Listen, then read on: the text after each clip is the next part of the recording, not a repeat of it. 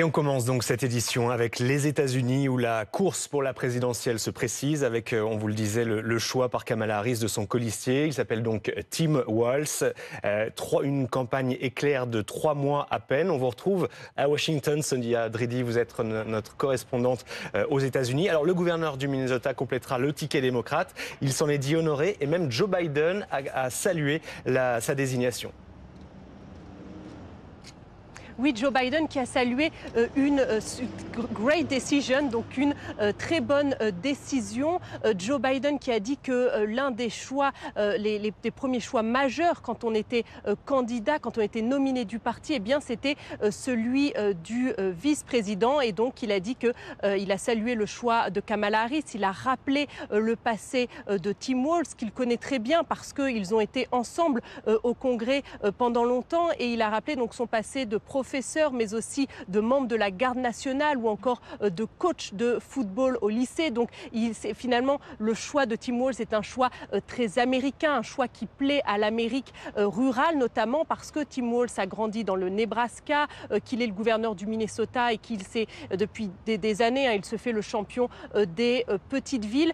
C'est vraiment un choix stratégique pour la campagne de Kamala Harris pour tenter justement de séduire cette Amérique rurale, de cette Amérique plus éloigné de Washington. Tim Walz qui n'était pas connu du grand public, pas très connu du grand public jusqu'à récemment, mais il y a peu à la télévision, il a dit que les républicains étaient des gens weird, des gens bizarres, étranges, et ça a vraiment fait le buzz côté démocrate. Maintenant, les démocrates passent leur temps à dire que les républicains sont des gens étranges. C'est une nouvelle ligne d'attaque et donc il est devenu très populaire ces derniers temps, notamment auprès des jeunes. Et ce qui est aussi important pour l'équipe de campagne de Kamala Harris, c'est que c'est un choix aussi apprécié chez les progressistes parce que, en tant que gouverneur, il a mis en place des mesures progressistes avec notamment les repas scolaires gratuits ou encore il se fait un grand défenseur du droit à l'avortement qui est remis en cause dans de nombreux États américains et notamment des États du Midwest. Donc c'est un choix qui fait plutôt consensus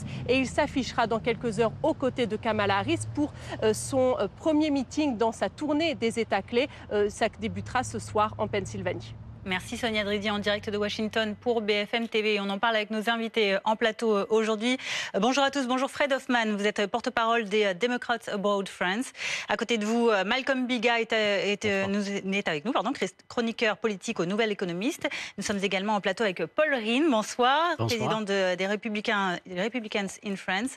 Merci à vous trois de nous accompagner. Tout d'abord, Fred Hoffman, on le disait hier, choisir un colistier, c'est vraiment une démarche très compliquée. On a compris qu'il y avait un examen de passage assez rigoureux. Ça veut dire que Tim Walz, il coche toutes les cases, il est irréprochable et il est apte à faire le job? Il est apte à faire le job, ça c'est clair, ça c'est certain. Cocher les cases, mais quelles cases? C'est ça. Je pense les cases de vie perso irréprochables. Oui, je pense que oui. En fait, moi, je vois comme le All-American guy. Vraiment, c'est le gars, le tout américain et américain. Et oui, c'est quelqu'un. Déjà, j'ai entendu que les républicains nous ont dit c'est un monstre. Et lui, il a répondu aussi pour nourrir les enfants à l'école le matin et à midi, si de donner les droits aux femmes pour l'avortement ou même tous les droits reproductifs, de baisser le prix pour les logements. Si c'est un monstre, alors je le prends. En fait, il est pour les gens. Déjà, le Minnesota, où il est gouverneur, il a gagné ses deuxièmes mandats. Il a gagné, je crois, c'était 62% de voix le deuxième fois. Il est bien aimé. Et je pense qu'il peut toucher beaucoup de monde qui ne le voit pas comme quelqu'un qui est un peu ce qu'on appelle maintenant J.D. Vance, bizarre, weird. Hein? C'est quelqu'un qui est normal, en fait. Et je pense que c'est un bon choix et on est très content. Et maintenant, on va avancer dans la campagne. Alors, il y a déjà eu pas mal de réactions depuis cette désignation. Sonia disait à Washington, Joe Biden qui se félicite. Et l'équipe de campagne de Donald Trump a réagi aussi en parlant d'un extrémiste et d'un dangereux gauchiste. Je me tourne vers vous, Paul Rhin. Vous êtes président et vous représentez les Republicans in France. Est-ce que vous partagez cet avis, à savoir que Tim Walz est un dangereux gauchiste? Il est un socialiste et il dit ça lui-même et il est fier. Comme Kamala Harris, tous les deux sont les gauchistes extrêmes, socialistes. Donc, il est d'accord avec tous les politiques faits par Kamala Harris. Les problèmes de dépenses, qui a créé une énorme inflation, le plus en 40 ans, qui est en train de détruire la classe moyenne aux États-Unis. Qu'est-ce que vous lui reprochez précisément? Reprocher? À Tim Walz. Qu'est-ce que vous critiquez dans ce... Je suis en train de dire que il est pour les politiques d'immigration illégale, les portes ouvertes sur les frontières de sud avec Mexique, avec inflation, avec wokisme dans les écoles, une guerre contre les femmes, une guerre contre les sports. Les femmes dans les sports, tous les politiques. Et on ne peut pas oublier que c'était en 2020 que les émeutes de George Floyd a commencé dans son propre État, en Minnesota. Et même son maire démocrate de la ville de Minneapolis n'était pas d'accord avec les choses qu'il n'a pas fait. Il n'a pas évité la violence. Et la violence s'est propagée autour le pays, dans tous les 50 États pendant des mois. Vous voulez dire que c'est parti de Minneapolis pour se répandre? Ça a commencé en Minnesota pendant le gouverneur de Walz. Oui, mais ce qui est intéressant à ce propos, c'est que le gouverneur de l'époque... Bonsoir d'ailleurs, Ulysse. Bonsoir. Mais j'ajoute un point intéressant. Le gouverneur a fait appel à la garde nationale pour rétablir l'ordre. Et ça lui a été vivement reproché par la jeunesse qui manifestait et par les Afro-Américains qui, évidemment, protestaient contre la mort de George Floyd. C'est bien qu'il a essayé de rétablir l'ordre, contrairement à ce que... Et oui, c'est pour ça que je le dis. Et ça voulait dire que dans les cas où il avait besoin d'affirmer son autorité, il le faisait. Et c'est un point fort pour lui face à un Donald Trump qui le traite de gauchiste, dangereux, etc. Mais c'est vrai que ce choix de Tim Walz en tant que vice-président pour Kamala Harris, c'est un choix audacieux. On sait que la campagne américaine, la présidentielle américaine, se gagne au centre. On a Kamala Harris qui est déjà une personnalité californienne, procureur, qui n'a pas eu un bilan extrêmement brillant dans sa vice-présidence, et elle choisit quelqu'un qui incarne le centre-gauche du Parti démocrate, qui a été, capable de prendre des décisions assez libérales, notamment de libéraliser l'avortement, pas l'avortement, l'usage du cannabis pour les jeunes de 21 ans, qui autorise l'avortement effectivement dans son État, qui veut en faire un sanctuaire pour l'avortement pour les femmes qui souhaitent mettre fin à leur grossesse. Jusqu'au 9e mois. Et donc, effectivement, il a une image un peu radicale qui s'oppose à l'image d'autorité dont on vient de parler. Donc c'est un personnage assez complexe finalement, qui a des racines rurales, qui est capable d'être... pour le port d'armes, qui a été membre de la NRA, la National Rifle Association. Donc c'est un mélange assez intéressant, je dirais très américain, de conservatisme traditionnel, de racines rurales et en même temps d'évolution sur les questions de mœurs de la société contemporaine. Et donc ça fait que c'est un profil très intéressant et en même temps un peu risqué et audacieux, parce qu'on ne sait pas comment va réagir la majorité plutôt centriste de l'électorat américain qui fait l'élection. Donc c'est un choix très intéressant à suivre et en tout cas ça va permettre un échange, je pense, assez dur avec les Trumpistes et notamment avec le vice-président choisi par Donald Trump, J.D. Vance. Oui, justement, on en parle aussi avec vous, Malcolm Bigard, de ce personnage, Tim Walz, qu'on commence à découvrir, parce qu'il est assez peu connu, finalement, en dehors des limites de son État. Là, donc on a compris que son profil est complémentaire, finalement, hein, le calcul est bien fait pour Kamala Harris lors de cette campagne, mais si elle est élue, derrière, elle sera vice-président. En quoi il pourrait être aussi un atout à l'échelle nationale, ensuite, dans une politique qui serait démocrate si Kamala Harris remportait la présidentielle? Alors, en effet, si Kamala Harris est élue, Tim Walz serait le vice-président. Et je pense que vu son profil, il serait, pour ainsi dire, le vice-président normal. Il pourrait apporter un certain bonus au niveau des midterms qui arriveront dans 2 ans après l'élection. Et son ancrage politique dans le Midwest permettrait à Kamala Harris de gagner, de solidifier une base dans ces États qui sont des États clés. Je pense notamment au Wisconsin ou au Michigan. Ça, c'est dans le cadre de la campagne. Ça, c'est dans le cadre de la campagne. Mais je pense qu'au niveau national et même au niveau des midterms, ça serait important de garder ces États-là. Alors on va regarder les premières réactions qui nous viennent des États-Unis, évidemment, avec Kamala Harris, la représentante, la candidate démocrate qui s'est félicitée du choix de Tim Walz, le fait qu'il rejoigne son équipe de campagne en tant que colistier. Voilà, je suis fier d'annoncer que j'ai demandé à Tim Walz d'être mon colistier en tant que gouverneur, entraîneur, enseignant et vétéran. Il a aidé des familles de travailleurs comme la sienne.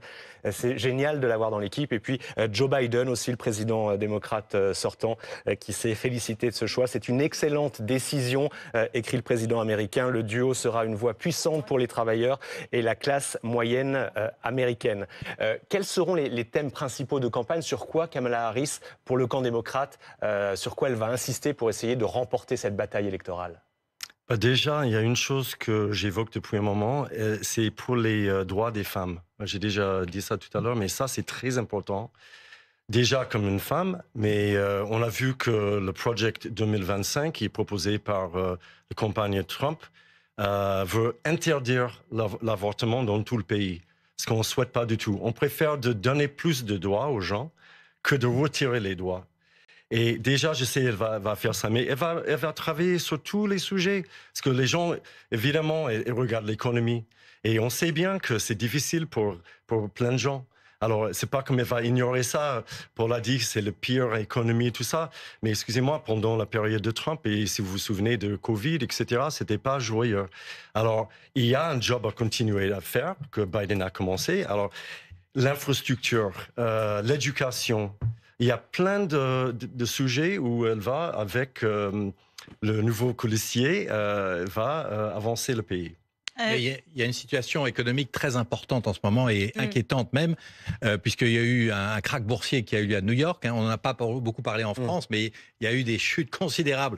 D'ailleurs, Donald Trump accuse Kamala Harris d'en être la responsable. Exactement, et il l'a surnommée Kamala Krach. Donc comme si elle était responsable du krach boursier, ce qui est évidemment pas le cas. Mais c'est une façon de dire, c'est de la faute de Joe Biden qui est en train de détruire l'économie américaine.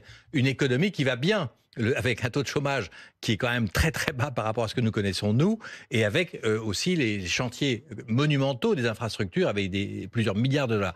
Donc l'économie, ça va être un moment clé parce que avec l'inflation qu'a connue les États-Unis jusqu'à récemment, c'était vraiment un point faible pour Biden et son équipe. Et ça sera un point faible pour Kamala Harris. Et on peut compter sur Trump et son coéquipier pour mettre l'accent là-dessus, en sachant que le coéquipier de Donald Trump, et c'est là où la bagarre va être très intéressante et la confrontation très intéressante, lui, il est originaire des Appalaches. C'est donc une région très pauvre des États-Unis. Il est sorti par le haut, il a fait des grandes études, il a été Marines, il a été financier, il a fait fortune dans la Silicon Valley, et puis il s'est engagé en politique. Donc c'est un parcours aussi très intéressant, je dirais aussi intéressant que celui du candidat à la vice-présidence démocrate, Tim Walz, et ils vont avoir ce choc des cultures américaines, avec du côté de Vance un handicap, c'est que finalement il ressemble beaucoup à Trump aujourd'hui dans son discours. Donc on a 2 Trump pour le prix d'un, alors que Kamala Harris a l'intelligence d'avoir un candidat qui est différent. D'abord c'est un homme, ensuite il est blanc, et ensuite il est très rural, ce qu'elle n'est pas. Donc vous voyez, il y a vraiment dans cette course à la présidence une situation qui se met en place qui est absolument passionnante. Oui, Paul Rhin, justement, votre réaction par rapport à ces 2 colistiers, J.D. Vance d'un côté, qui donc lui aussi vient du Midwest, d'un milieu rural, conservateur, et en face, finalement, on a l'impression, effectivement, du côté de Kamala Harris, que le colistier est un peu du même profil, pas sur évidemment sur les pensées, sur les idées sociales notamment, mais quand même qu'ils ont le même background, qu'ils viennent un peu du même pays. D'une Amérique rurale. Pas le même background du tout. Excusez-moi, je voudrais corriger un mensonge déjà dit sur ce plateau que Donald Trump est pour une interdiction nationale de l'avortement, qui n'est pas vrai. C'est le projet 2025. D'accord. Il n'est pas... Le projet 25, le projet 25 n'est pas le programme de Donald Trump. Ah oui. Et ça, c'est un mensonge aussi. Ça, c'est la première chose. Non, mais ça, c'est important de le dire. Oui, c'est Notre très ami important a raison. Il y a eu ce programme qui a été conçu par les conseillers de Trump, et notamment un fonds, un think tank qui l'a proposé. Ça a suscité un tel tollé parce qu'il était ultra-libéral, ultra-conservateur, et Donald Trump, très intelligemment, l'a retiré.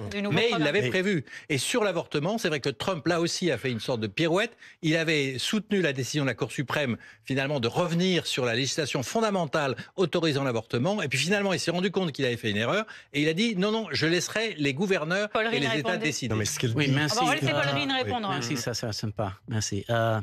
Non, Trump est pour que les États décident pour l'avortement. Mais pour changer, et pour discuter les politiques les plus importantes sont l'inflation, l'économie maintenant, surtout avec la chute de la bourse qui est en train de faire à cause de il n'y a plus de confiance dans l'économie. Vous avez dit que l'économie est très forte en termes de chômage, oui, mais il y a les gens qui n'ont plus confiance dans l'état de l'économie. La classe moyenne, 40% des familles ne peuvent pas payer le facteur à la fin du mois. Le prix des mobiliers, c'est trop cher, 45% plus cher que 2020. Et les gens ne peuvent pas acheter des maisons. Bidenomics, c'est un désastre. C'est en train de créer des problèmes globaux.